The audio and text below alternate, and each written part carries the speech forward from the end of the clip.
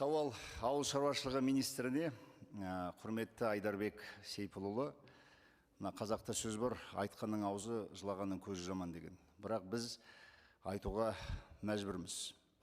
Мына несіне жасырам, өңірлерге барған кезде бізге халық сүйектен өтетін сөздер айтты.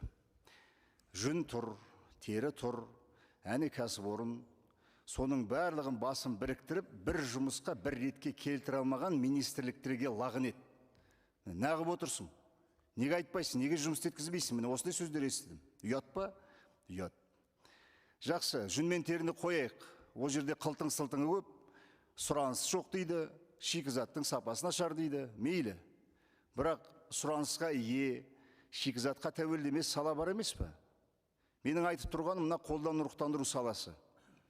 Қазақстанда айналдырған екі-ақ мекеме бар.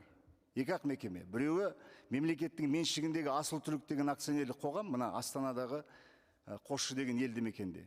Екіншісі Талдықорғандағы жеке меншік Асыл деген орталық. Екеуінің де заманауи технологиясы бар.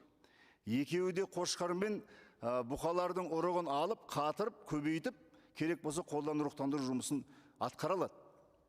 Бірақ екеуінің жағдайы қандай?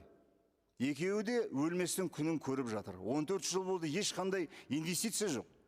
Өз күніңді өзің көр деген мәселе. Бір таңғаларлығы, мына енді сұранысқа келейік. Жылына Қазақстан 10 миллиард теңгеге жуық импорттайды ұрықты. 10 миллиард теңге.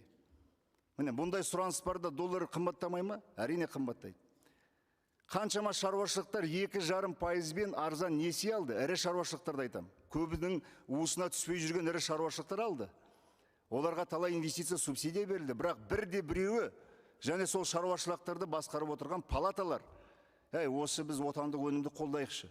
Шетелге біз жалынбайықшы, 50-100 доллар құртпайықшы. Осы мекемеге ақша жинап, шекесте шертіп жүріп, бұқаларды да, қошқаларды сатып алып, екі мекемеге қойып, өндіріп, өзіміз неге арзан алмаймыз? Осындай мәселе қойды ма? Ешқайсысы қойған жоқ. Шаруалар ренжімесін. Бірақ бірде бір шаруашылық, бірде бір палата осындай мәселе көтерген жоқ. Ендеше, құрметті Айдарбек Сейпулұлы, осы мәселені мемлекет қана шеше алады. Ол сіздің қолыңызда. Біздің сұрайтынымыз, Асыл Түлік пен Асыл деген орталыққа тікелей инвестиция беріп, анау-мынау демей, солардың жағдайын көтеру керек. Шетелден таңдап тұрып, ең сапалы бұқалар мен қошқарлар алып, ассортиментін ұсынып, шаруашылықтарды өзіне қаратып, осылай импорт азайту керек. Қолдан келетін іс. Сондықтан да біздің сұрайтынымыз осы сауалда жазылған. Онымен таныса жатарсыз, соны атқарып, бізге тиісті жауап бересіз деген үміттеміз. Құрметпен ауыл партиясының фракциясының депутаттары. Рахмет.